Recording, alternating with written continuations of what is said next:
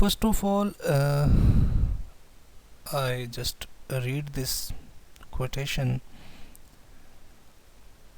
Most of you must have written it.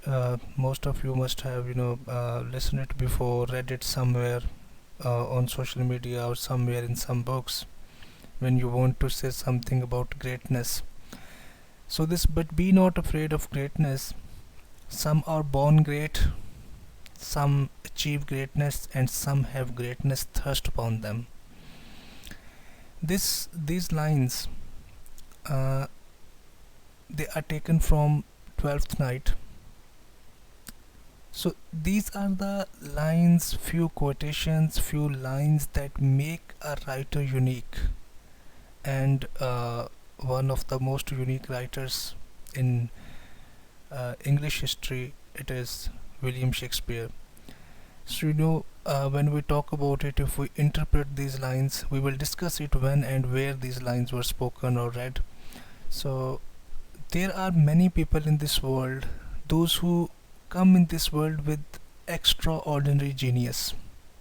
So some are born great. So if they become great characters, if they become great politicians, if they become great writers, singers, actors, in any field, they are born with that talent. So they don't need to learn about it a lot. Some achieve greatness. There are others, those who try to achieve greatness. For instance, a person who wants to become a great character, but he doesn't have that much talent. So he keeps on trying, working hard. One day, after 2 years, 3 years, he gets that batting, style or that bowling style, and he becomes great. After that, the most important of this is some have greatness thirst upon them. So some, they are not actually great. They are not born great. They have not, make any endeavors or any efforts to achieve greatness. But they are made great by force. Sometimes a person who doesn't have a talent and who doesn't deserve it, who doesn't deserve a post or recognition or popularity, but it is forcefully made. Everybody knows about it. You can take lot of examples as far as uh, I can give you example of this teaching profession, that there are few teachers in our lives that we just admire them, and there are many to whom we say that, they have become accidentally teachers. So this quotation, it is used everywhere. These lines are taken from Twelfth Night. The purpose to describe these lines and to write these lines is just to give you a sketch about William Shakespeare that we have already discussed in the class, but here again I'm telling you why Shakespeare is great, because of these food for thought, some great lines, some great quotations, some philosophical lines that are acceptable by everyone and in every region. So these are the lines, you can quote it anywhere. So let's move forward towards our play. As I told you earlier that 12th night, what is the, you can say what the title signifies, or what is the significance of the title. So it is same that in Christianity, the last night of when they celebrate their Christmas, so the last night is 12th night, and it is, in according to some traditions, it starts from 25th December, in some to 26th. So you can say there is no confusion, there shouldn't be any confusion about it, but I read it somewhere that there is a confusion between the sects of Christianity. Like we have sects of in our religion, Islam, like Shia, Sunni, Brelvi, Deobandi, and all that. So in the same way, there are some, I don't know exactly about it, but they have. So some of them they celebrate on 5th of January, and some of them they celebrate this 12th night on 6th January. So they make cakes as we make cakes on birthdays. They celebrate it. So that is 12th night, and the title signifies to the Christmas actually. So let's talk about it a bit. The plot or the major characters or the summary of the play. Uh, You see here, I have written these two, columns. One column is here, this Ilaria, the name of the place, and here I have written on the right side its ship. So there are characters in Ilaria, those who are already. Ilaria is a place, you can say an imaginary place or any town or a city. Ilaria is, and it is located somewhere in Europe. And this Ilarias, you might be listening this name of this place first time, because in most of the writings of Shakespeare, he takes such places that are most of the times they are unknown, and when we discuss about him, he doesn't take care of unity of place. So Ilaria is a place where there is one man, his name is Duke Orsino, and a countess, a lady, that is Lady Olivia, then Maria, then Sir Toby, Sir Andrew, Malvolio, and Festi. And the other column on the right side, there is a ship. The characters that take place, the scenes that are related to this ship, that is Voila, then Voila, who is will be disguised as Casario, her brother Sebastian, first captain of the ship, and second captain of the ship named Antonio. So let's start discussing this play, its summary or its plot. First of all, this man, under this heading Ilaria, written Duke Orsino. So he's actually the main authority in that place, Ilaria, Duke Orsino. But he's a kind of person who is in love with this lady Olivia. Duke Orsino, when the play starts, he says, "If music be the food of love, play on." So here, music and love, they are combined. So music is associated to love. Duke Orsino, he is in love with Lady Olivia. Lady Olivia doesn't love Orsino. Duke Orsino keeps sending, his servants and his pages to Lady Olivia to woo her. Woo means W-O-O, woo means to propose someone. But Lady Olivia refuses every time. Now the time has come that Lady Olivia's father and brother, they have died. They passed away. And Lady Olivia, she thought that she was too much depressed, and she had a kind of promise to herself, that a kind of oath to her. She has taken a kind of oath to herself that she will not meet everyone, she will not entertain everyone, or no visitor will be entertained by Olivia, because she want to mourn the death of her brother and father. And the time duration she has imposed on herself, it is 7 years. So for the to have the melancholy or sadness, or to think about, to mourn about his brother's death and father's death, she will not be meeting anyone for 7 years.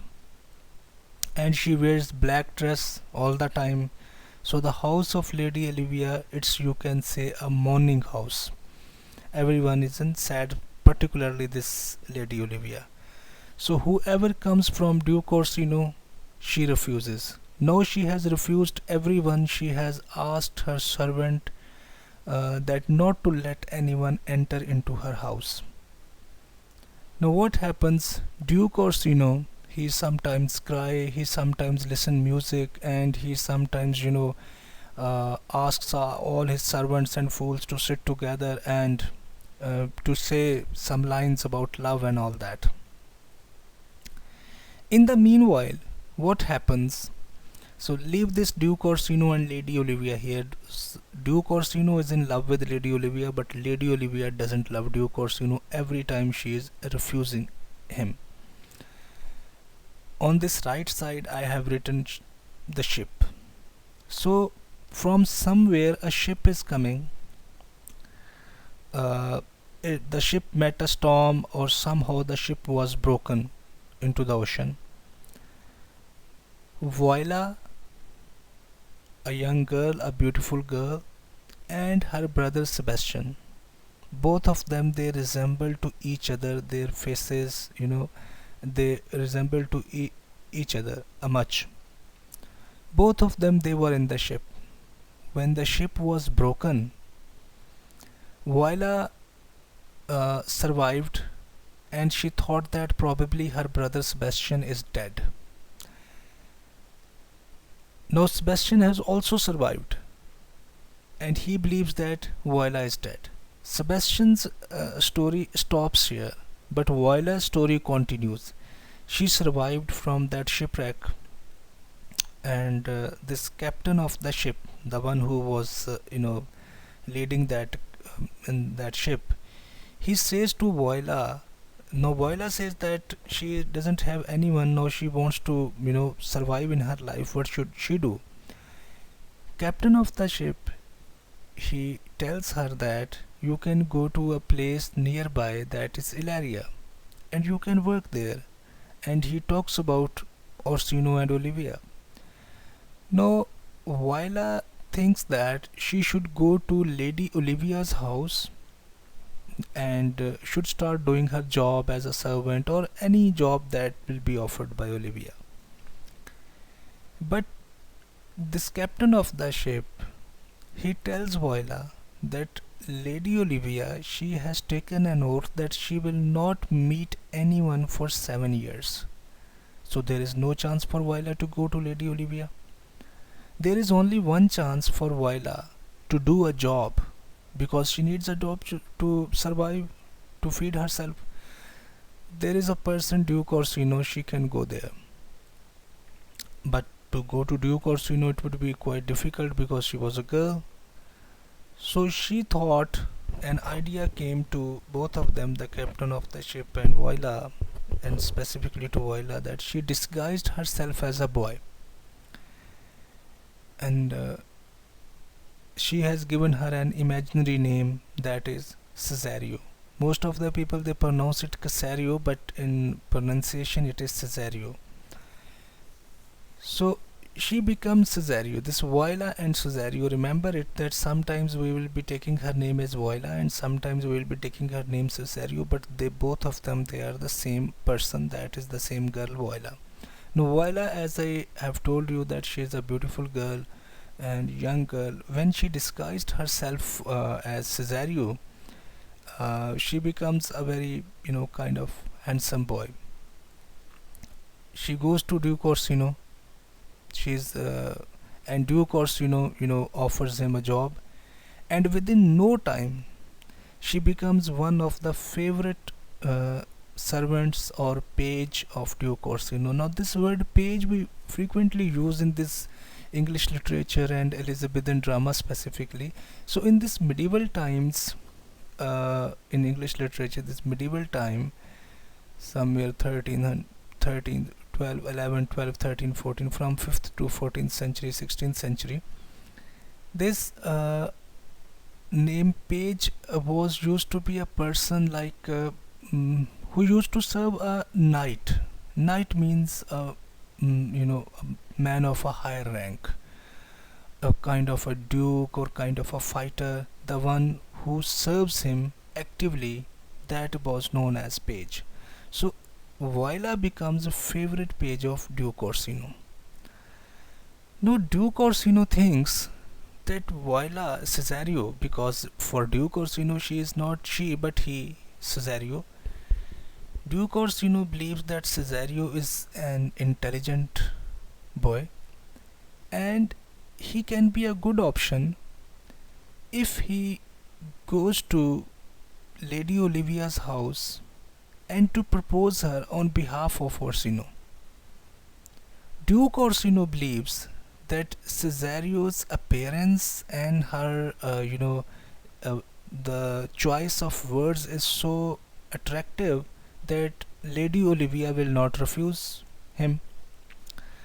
So this was the task was given to Cesario by Duke Orsino, that an order was given to him her actually that the order was from Duke Orsino to Cesario to go to Lady Olivia's house and to woo her and to propose her on behalf of Duke Orsino.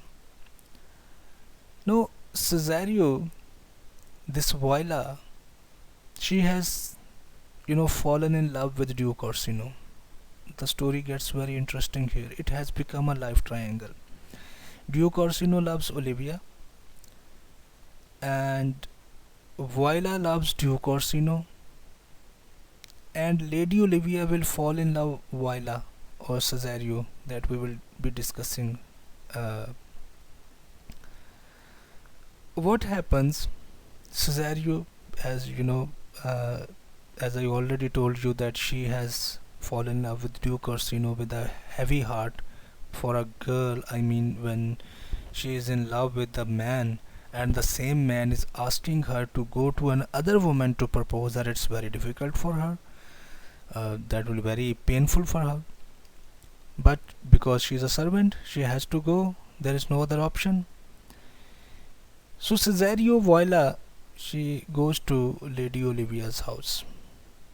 Uh, the door is closed. Cesario Viola stands at the gate or door of Lady Olivia's house, and the servants, they have told him that Lady Olivia is mourning for her brother's death and she will not meet anyone.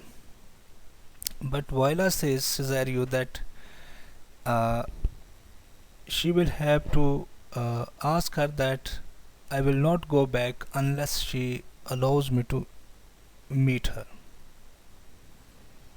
So Lady Olivia gives permission, allows her to come inside. As Cesario goes inside the house, uh, what she sees there, or what she observes, that Lady Olivia is wearing a black dress and covering her face in a veil. Cesario's choice of words is so good that as Lady Olivia looks at Cesario Viola, she falls in love. And Cesario asks Lady Olivia that please unveil yourself, or show me your face. So Lady Olivia, without any hesitation, because before that we have already discussed that she was not giving permission to anyone to meet her.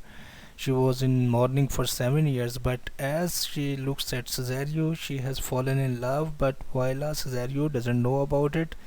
She asks Lady Olivia to show her face, and she suddenly, very immediately, she shows her face. What happens as he moves back? This Cesario asks Lady Olivia that Duke Orsino is in love with you and he wants to marry you. Lady Olivia refuses. She says that I have refused him already a lot, so there is no need to discuss about him. But what happens? And after that, Cesario, he is going back to Duke Orsino's house uh, with a refusal from Lady Olivia. In the meanwhile, Lady Olivia calls her servant, gives him a ring, and asks him to go back to go after Viola, Cesario, and give that ring to Cesario, saying that he has forgotten his ring in Lady Olivia's house. The servant follows the orders. He takes the ring. He goes to Cesario, who was going back to Duke Orsino. He gives him ring, and he gives her, actually, because he is Viola. He gives her ring, and he says that you forgot your ring in Lady Olivia's house. Now, Cesario Viola, she is much confused that, and she thinks that I have not taken any ring with me when I went to her house, and why has she sent it back to me? Now she realizes that probably Lady Olivia has fallen in love with him, thinking him a boy, and she starts thinking over Lady Olivia that is so pity about him because she doesn't know the reality. So there is no possibility of Cesario Voila's affair with Lady Olivia. So till now we have discussed three characters, actually four characters: Duke Orsino, Voila, who is Cesario also disguised as Cesario, and Lady Olivia. Duke Orsino loves Lady Olivia, Lady Olivia loves Voila, Cesario, and Voila loves Duke Orsino. So let's move to this character Sebastian. Sebastian is brother of Voila. He was saved by another captain of the ship. The name of the captain was Antonio. Antonio saved him, and now Sebastian believes that probably his sister Voila is dead, and Voila is thinking that Sebastian is dead. Now Antonio asks him that he can go to Ilaria to spend his life or to search for his sister, but Antonio says that he cannot go to Ilaria along with this Sebastian. Why? Because Antonio has some problems with Duke Orsino. So they have some sort of personal grudges.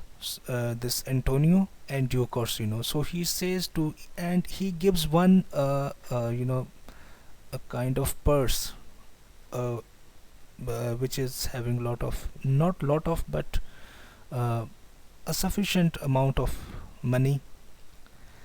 Antonio gives that money to Sebastian and asks him that if he needs something to buy or something he desires, so he can spend his life the way he wants in Ilaria. So here Antonio goes back and Sebastian goes to Ilaria. Now Sebastian doesn't know that already Viola, his sister, who has become Cesario, she is already there. Now let's come to these characters, Maria, Sir Toby, and Sir Andrew. Sir Toby is uncle of Lady Olivia, and he doesn't do anything, just merrymaking, eating, drinking wine, and enjoying. Maria is maid of Olivia, servant of Olivia. Sir Andrew, he is also not a very good person. He is friend to Sir Toby. Sir Andrew is a wealthy man, a very rich man, so he spends lot of money on Sir Toby, like drinking, eating, merrymaking, everything. And this Malvolio, he is also servant of Lady Olivia, but Malvolio is very committed to his duties. He actually doesn't like Sir Toby or Sir Andrew or their activities or drinking wine and everything. He doesn't like it at all. The last one is Festi. Festi is also, a fool who is working in Lady Olivia's house. Actually, he's termed as fool in this play, but he is the most wisest person. Two or three times he appears and he gives some useful suggestions and some useful answers and some quite statements full of wisdom, but he is termed as fool in most of the plays of Shakespeare. When we talk about fool, the fool is actually not fool, but he is very wise man in most of the plays. So what happens that one night, now this Sir Andrew, he loves Lady Olivia but cannot expose to her. Sir Toby, motivates Sir Andrew to try to find ways to propose his niece, who is Lady Olivia. And Sir Andrew, one thing I should tell about him, he is, you know, probably he's having a kind of a skin disease. So that is why he's not much liked by everyone. Even Sir Toby asks him to have some affair with Maria, but Maria even doesn't like him. So one night, what happens? They were all drinking. Um, Sir Toby and Sir Andrew, they were drinking wine and enjoying. In the meanwhile, Malvolio comes there, and Malvolio says that you people are actually violating the rules of this house, because the the owner of the house, Lady Olivia, she is mourning. This is a mourning house, and this in melancholy, and you are actually drinking wine. That's very bad. So they thought that why Malvolio is trying to interfere in our deed. But and even one thing needs to be understood here, that Malvolio's the way Malvolio talked to them, it was very harsh. Like he tried to show his superiority to them. So that is why Maria, Sir Toby, and Sir Andrew, they thought that they would teach him a real lesson. So they keep this uh, keep making a plot against him. This Maria, she is expert in copying handwriting of Lady Olivia. So they made a plan that they will write a letter in handwriting of Olivia, and they will somehow give it to Malvolio, and their plan will work if Malvolio takes that letter and reads it. So what they thought, they Malvolio had some interest for Olivia. He has some interest for Olivia. He likes Olivia. Always daydreaming and wandering about in the house. So what they did, they wrote a letter. The letter was written by Maria, but in the letter it was written that Olivia is in love with Malvolio, and she wants him to wear yellow stockings, like a kind of mm, the dressing a jokers wear. So the joker's dressing was advised in the letter for Malvolio to wear and appear before Lady Olivia. And the one thing, even Lady Olivia doesn't know anything about it. Actually, the letter was written by Maria. So what they did, they threw that letter in the put that letter in the house garden, and they hide themselves. This Sir Toby, Sir Andrew, and Maria. So what happens? Malvolio, he was going into that lawn. He looked at the letter, picked it up, and read. When he looked at the handwriting, he was sure that it was Lady Olivia's handwriting, and he became so happy that now she has realized that he is in love with Lady Olivia. Now, Duke Orsino loves Olivia, Olivia loves Voila, Voila loves Orsino, Sir Andrew loves Lady Olivia, and Malvolio also loves Lady Olivia. So five characters: Orsino, Olivia, Voila, Andrew, and Malvolio. They are involved in love. So when he took that letter, read it, and there was written that he should wear some yellow stockings and appear before Lady Olivia's. So he followed the instruction. He was very happy. I mean, any servant who is working in some wealthy lady's house, and he comes to know that the lady is in love with him, uh, a man can never refuse it. A servant can never, you can imagine that how much happy he would be. So he, wears that dressing, and in the meanwhile, before that, in the meanwhile, Sir Andrew and Sir Toby, they were sitting, and Sir Andrew says that I have spent lot of wealth, I'm wasting lot of money, but Lady Olivia is not paying any attention towards me. She is not interested. Sir Toby doesn't want to lose Sir Andrew, and he again motivates him, and he says that actually Lady Olivia is in love with Cesario, that boy, and you should ask him to have a duel. Duel means to have a fight. So Sir Andrew, he's a weak man, he cannot fight, but you know this Sir Toby asks him to write a letter to Cesario, that and you know give him a challenge to fight. Sir Andrew, who is very pathetic in picking up some useful words and writings, he wrote a very uh, a kind of a pathetic letter he wrote. It was not even understandable. The challenge was not very clear. So Sir Toby thought that he should give that challenge verbally to Cesario. So he asked Cesario that he must have a duel with Sir Toby. Now what happens that Viola again came back to that this story of this duel and this Malvolio. Let us stop it here and moves back again to Cesario.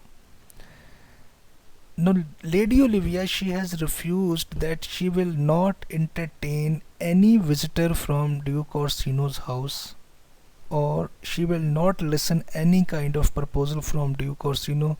But if Cesario comes, she will entertain. That only the Duke Orsino. There was a condition for Duke Orsino that Duke Orsino can send proposals to Lady Olivia, but the proposal that should be brought by Cesario only. Why? Because Lady Olivia loves Cesario and she wants him to come to her house again and again, and she wants to expose her love to uh, him or her Viola. So Duke Orsino, he was much impressed from Cesario Viola that he is very intelligent boy, because Lady Olivia was not listening to anyone. But no, she has actually uh, you know given him a permission that he can send his favorite page Cesario for proposals. So Cesario again goes to Lady Olivia's house, but again with a heavy heart. Before going to Lady Olivia's house, Cesario says to Duke Orsino that there is someone who may love you and may like you, who likes you and who loves you. But Duke Orsino, he doesn't pay attention towards it. He just casually says it, overcome it. Just he listens it, but he doesn't pay any attention to it. But actually, it was Viola who was trying to convey to Duke Orsino that she is in love with Duke Orsino, but Duke Orsino could never think about it because Viola was disguised as Cesario.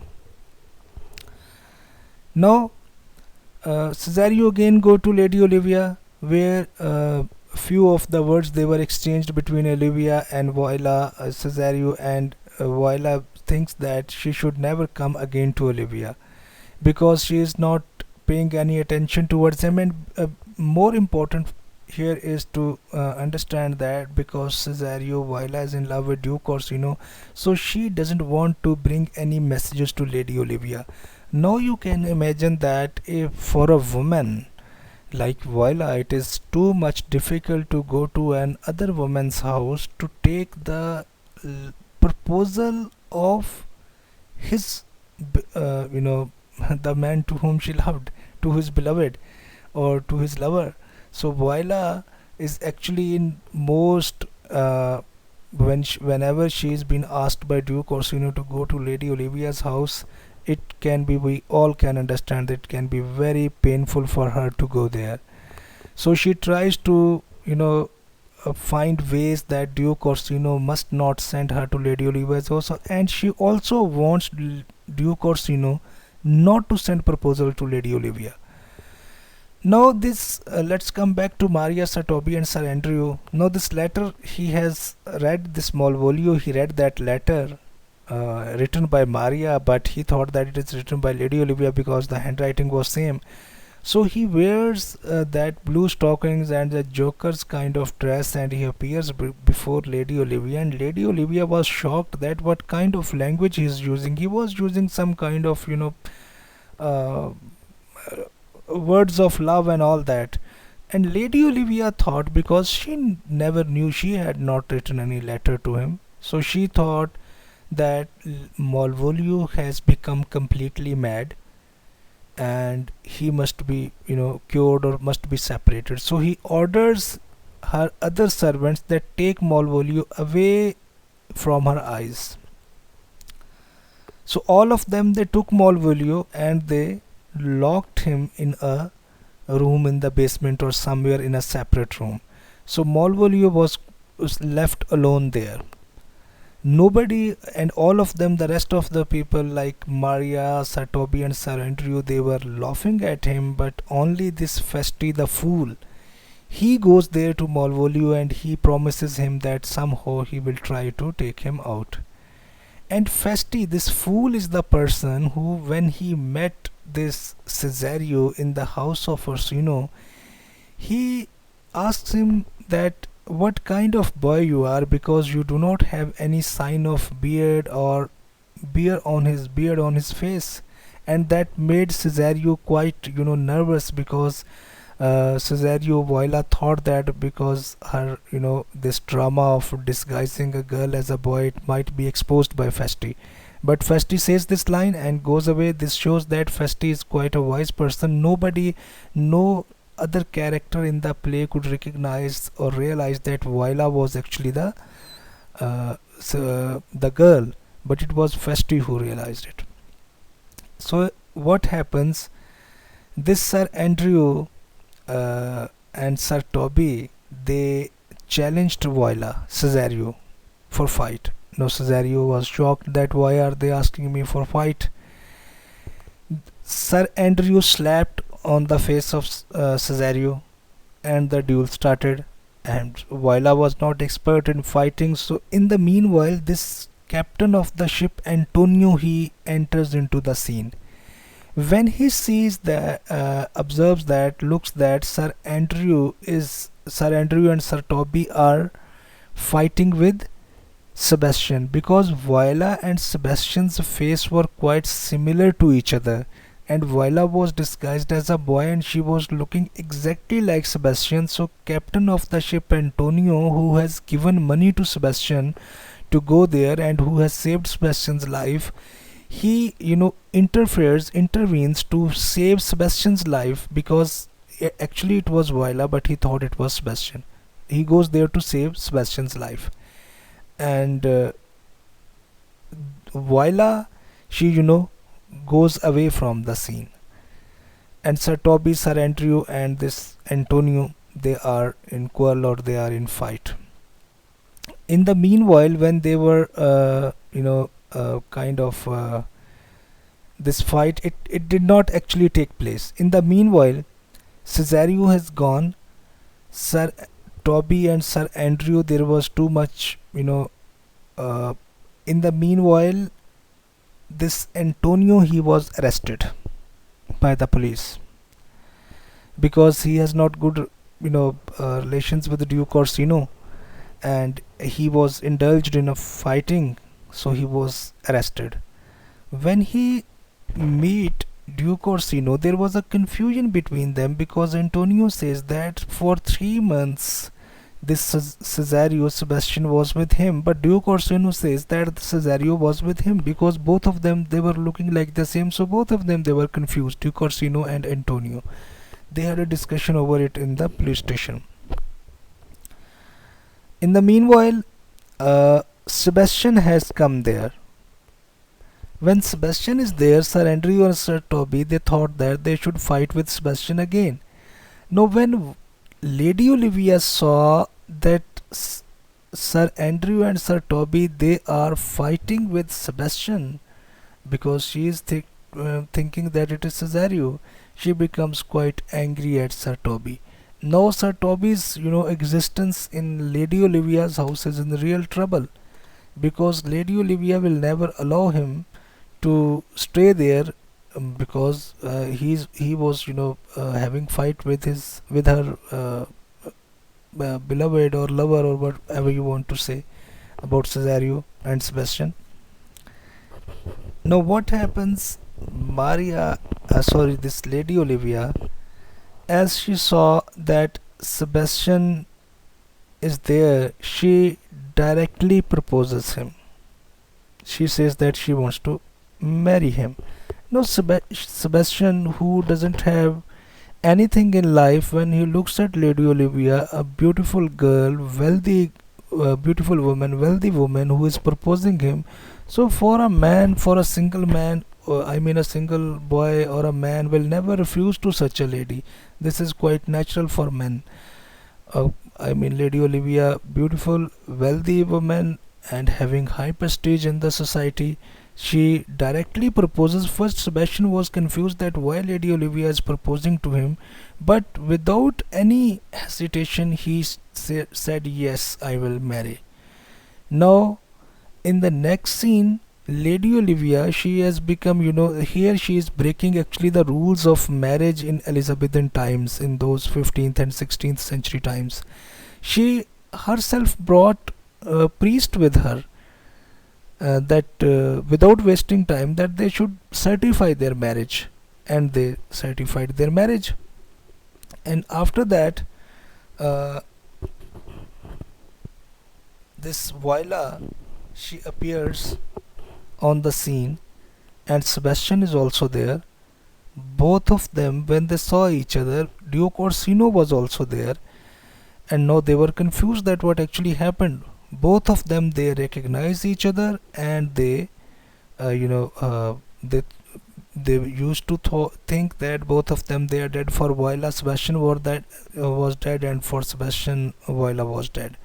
But now they realized that they were not actually dead. They both are alive, and Lady Olivia is married to Sebastian. Now Duke Orsino proposes to Viola, and both of them, they married.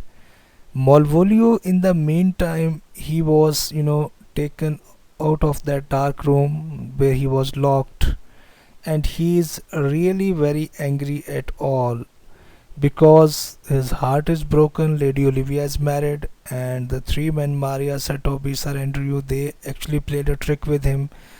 But he says that he will take revenge from everyone. And here the plays ends. So this was all about the story. In a short, you can say that Duke Orsino loves Olivia. Olivia is constantly refusing his proposals. Cesario, from a shipwreck, she survives Viola, and she disguises herself. Cesario comes to Orsino's house, becomes his favorite page. Orsino sends him to Olivia's house. Olivia, instead of replying to Orsino, falls in love with Cesario and sends him a ring which she has never brought. Viola has never brought. Maria, Sir Toby, Sir Andrew, they play a trick on Malvolio. Sir Andrew loves Lady Olivia, but Lady Olivia doesn't know about it and doesn't love Sir Andrew. So, and Sir Andrew is a wealthy man, so they played a trick. They wrote a letter in Lady Olivia's handwriting, and it was thrown before Malvolio. They wanted to take a revenge because he was very harsh to them, and he actually tried to stop them from merrymaking, drinking, and all that. So when he read, he thought that probably it is from Lady Olivia, and he started behaving according to the letter. Lady Olivia ordered that he has actually lost his senses and he should take him away. He was locked in a room. In the meanwhile, Sebastian was saved by captain of the ship. He was brought back in. He came back. He was in Ilario also. So when Lady Olivia saw Sebastian, she thought that probably he Cesario. She directly proposes him, and he, without any hesitation, accepts and marries to Lady Olivia. And Duke Orsino proposes to Cesario, Viola, and both of them, they married, and Malvolio was actually taken out of that dark. No, this is more. These are some important, or you can say, the beautiful lines from this play. This one is my favorite too. When Viola, she has disguised herself as Cesario, she first time went to Lady Olivia's house, and Lady Olivia sent Malvolio, her servant, with a ring to to, and ordered his servant to go back to Viola, Cesario, and give that ring to her, and said that actually she has forgotten that ring in Olivia's house. But Viola has never brought any ring with her. No, she says that I left no ring with her. No, these are the words spoken by Viola. When she receives that ring from the servant of Lady Olivia, she says that I have brought no ring with me. What means this lady? Why? No, she realizes that why this lady has sent me this ring. So fortune bid me outside have not charmed her. Now she actually is having a doubt and question in her mind that probably my looking or my look of boy probably has it has a direct impact, a strong impact on Lady Olivia, and she probably had fallen in love with him. Now you can understand if there can be if there was a man, he could never realize in so depth. So because Voila, she is herself a girl, so women, the girls, they do, you know take interest in these things, and they do understand what's if something abnormal happens. So psychologically they are inclined towards these things. So these are the beautiful lines. These are the lines Voila she talks to herself, and then she says that she made good view of me. Then Olivia says, this is again the most beautiful lines or some attractive lines, that Olivia saw Viola Cesario and she fall in love with her or him at once. Just without any hesitation, she just looked at him, she falls in love. Olivia. And now Olivia talks to herself. She says that even so quickly may one catch the plague. Plague means a contagious disease. Contagious disease means the disease as we are having nowadays, this viral disease of corona outbreak. So plague is a disease that moves from one person to another very quickly. So she says to herself that this love is like a contagious disease. Why it is contagious? Because it captures one person within no time. Methinks I feel this youth's perfections with an invisible and subtle slit to creep in my mine eyes. Now she talks to herself that how is that possible that one person like Olivia, she has fallen in love with it. She believes that love is something, it's like a plague or like a disease, and it just captures person within no time. So this was all about 12th night. Now I have questions. All of you need to answer these questions. You can write these answers in comment section, or you can send it emails to me. The first question is, why did Lady Olivia not fall in love with Orsino? I mean, Orsino is rich. He is actually the head of the state. You can say he's a Duke of Ilaria. He's having everything. Lady Olivia, she is just a countess. I mean, she's a rich lady too, but she is not having that much prestige as Orsino had. So why she did not fall in love with Orsino? Why she refused every time to him? Now you have to point out something different from these books, and these all these books are written, something that you think that why Olivia every time refused Orsino. Second is, why could Malvolio not understand the trick? That once we are saying that he was very dutiful person, he was very dutiful servant of Lady Olivia, but he could not understand what happened to him. The third question is, why were Antonio and Orsino at so sorry, this were is used two times. It is why were Antonio and Orsino at daggers drawn.